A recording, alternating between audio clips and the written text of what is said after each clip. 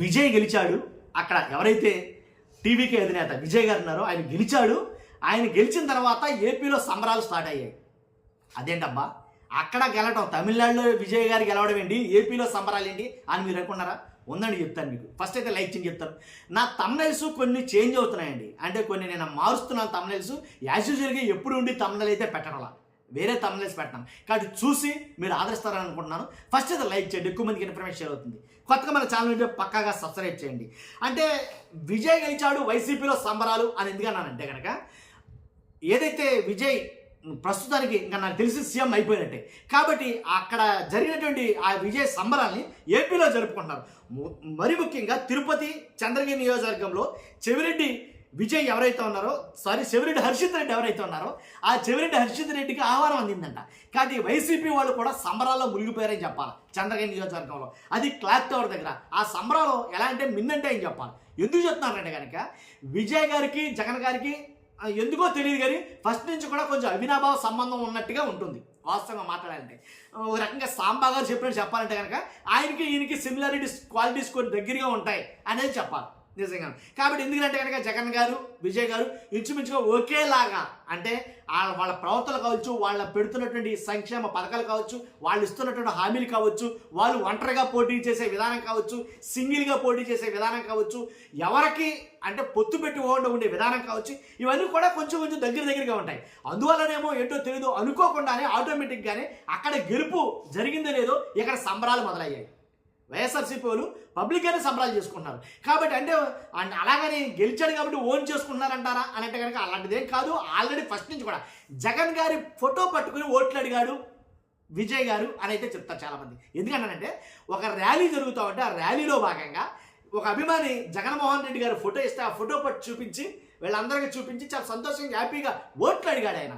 కాబట్టి 10 ఓట్లు పడతాయా జగన్ గారు అభిమానులు అక్కడ అసలు తమిళనాడులో ఉన్నారా, ఉంటే 100 ఓట్లు పడతాయా 1000 ఓట్లు పడతాయా అన్నది కాదు. అక్కడ జగన్ గారి పైన ఆయనకు ఉండే అభిమానం, ఆయన మీద జగన్ గారికి ఉండే అభిమానం, జగన్ గారికి ఆయనకి ఉండే అభిమానం చూడాలంటే కనుక ఏదైతే రీసెంట్గా ఓ పెళ్లిలో కలిసారో వాళ్ళిద్దరూ మాట్లాడుకునే విధానం కావచ్చు, వాళ్ళిద్దరు తీసుకునే కరచాలను ఆలింగనాలు కావచ్చు, వాటన్నిటిని చూస్తే వాళ్ళిద్దరి మధ్య సన్నిహిత సంబంధాలు ఎలా ఉన్నాయో మనం చూసుకోవచ్చు. కాబట్టి జగన్ గారంటే అమితమైనటువంటి కొంచెం ప్రేమ అనేది ఉంది విజయ్ గారికి.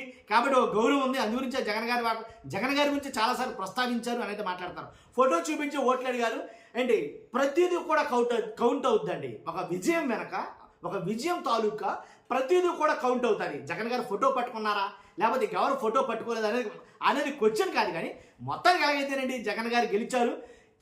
అనుకోకుండానే వైసీపీలో సంబరాలు మొదలయ్యాయి. వాళ్ళ పార్టీ గెలిచినట్టుగా, నిజంగా వైసీపీకి 120 స్థానాలు వచ్చినట్టుగా, వైసీపీ కూడా ఇదే రకంగా గెలుస్తుంది అన్నట్టుగా ఇక్కడ సంబరాలు అయితే కనుక మొదలయ్యాయి. దాంట్లో ఎలాంటి అవుట్లేదు. నిజంగా అదేమైనా రిపీట్ అవుతుందా అని అంటే కనుక ఆలోచించాల్సిన విషయం. ఏమో చెప్పలేం, రాజకీయ గుర్రం కదండి, ఎప్పుడు ఎదురుతుందో చెప్పలేం. కాబట్టి ఖచ్చితంగా ఈసారి అదే రిపీట్ అవుతుంది ఏపీలో అని వైసీపీలో సంబరాలు చేసుకుంటున్న వాళ్ళు చాలామంది చెప్తున్న మాట ఏంటంటే ఏపీలోనూ ఇదే రిపీట్ అవుద్ది. అర్థమైందా మీకు? అది మాట్లాడతాను. నిజమా? చూద్దాం, వెయిట్ అండ్ సీ. ఎలా అంటే అక్కడైతే జరిగిపోయింది ఎన్నికలు, ఇక్కడ జరగాల్సి ఉంది ఇంకా 2 years. కాకపోతే ఇప్పుడు వరకు ఉన్న పరిస్థితులు చూస్తే కనుక, ఒకవేళ కూటమికి ఉన్నటువంటి వ్యతిరేకత చూస్తే కనుక అక్కడ విజయ్ గెలిచాడంటే కనుక అక్కడ డిఎంకే పార్టీ జరిగినటువంటి ఆ పార్టీ ఏదైతే ఉందో అది పరిపాలించిన విధానంలో వ్యతిరేకత, ఇక్కడ కూడా కూటమి పార్టీలో ఉన్నటువంటి వ్యతిరేకత నానాటికి పెరుగుతుంది వ్యతిరేకత కూటమిలో. కాబట్టి ఆ వ్యతిరేకత పెంచి పెద్దది చేసుకుంటారా లేదా దాన్ని తుంచేసి ఇక్కడి నుంచైనా జాగ్రత్తగా ఉంటారా? ఇలాగే ఉంటే కనుక అదే పరిస్థితి డిఎంకేకి పట్టిన పరిస్థితే ఇక్కడ ఏపీలోనూ కూటమికి పడుతుందా? కాబట్టి ఖచ్చితంగా ఈసారి ఏదైతే టీవీకే పార్టీ అధినేత విజయ్ గెలిచినట్టు వైఎస్ఆర్సీపీ పార్టీ అధినేత జగన్ ఆ రకంగానే గెలవబోతున్నాడా? కాబట్టి కూటమి వ్యతిరేకతే వీళ్ళకి అడ్వాంటేజ్ కాబోతుందా?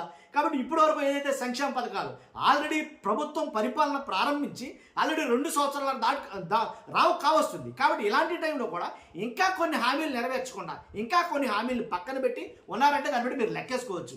కాబట్టి ఎప్పుడు ఫుల్ఫిల్ చేస్తారు అంటే ఎన్నికలు అయిన తర్వాత, అంటే పరిపాలన ప్రారంభించిన తర్వాత 3 సంవత్సరాలకో 4 సంవత్సరాలకో ఆ హామీలు నెరవేరుస్తారంటే ఎలాగది? కాబట్టి జనాలు ఆలోచిస్తారు కదా, పరిశీలిస్తారు కదా. కాబట్టి వ్యతిరేకత మూట కట్టుకుంటే కనుక ఇస్తానన్నా ఇవ్వకుండా, చేస్తానన్నా చేయకుండా ఎలాంటి పనులు చేస్తే కనుక ఏ ప్రభుత్వం అయినా కావచ్చు, కూటమి కావచ్చు, ఏదైనా కావచ్చు, జనం పక్కన పెడతారు. దాంట్లో ఎలాంటి డౌట్ లేదు. ఇప్పుడు డిఎంకే పార్టీని పక్కన పెట్టినట్టు సో అది పరిస్థితి. కానీ ఏపీలో కూడా ఇలాంటి పరిస్థితులు జరగబోతున్నాయా, ఇదే రిపీట్ అవుతుందా అనే దాని మీద మీ అభిప్రాయం నేను కోరుతున్నా. ఖచ్చితంగా మీ అభిప్రాయం అయితే కామెంట్ రూపంలో తెలియజేయండి. ఫస్ట్ అయితే లైక్ చేయండి. Thank you very much.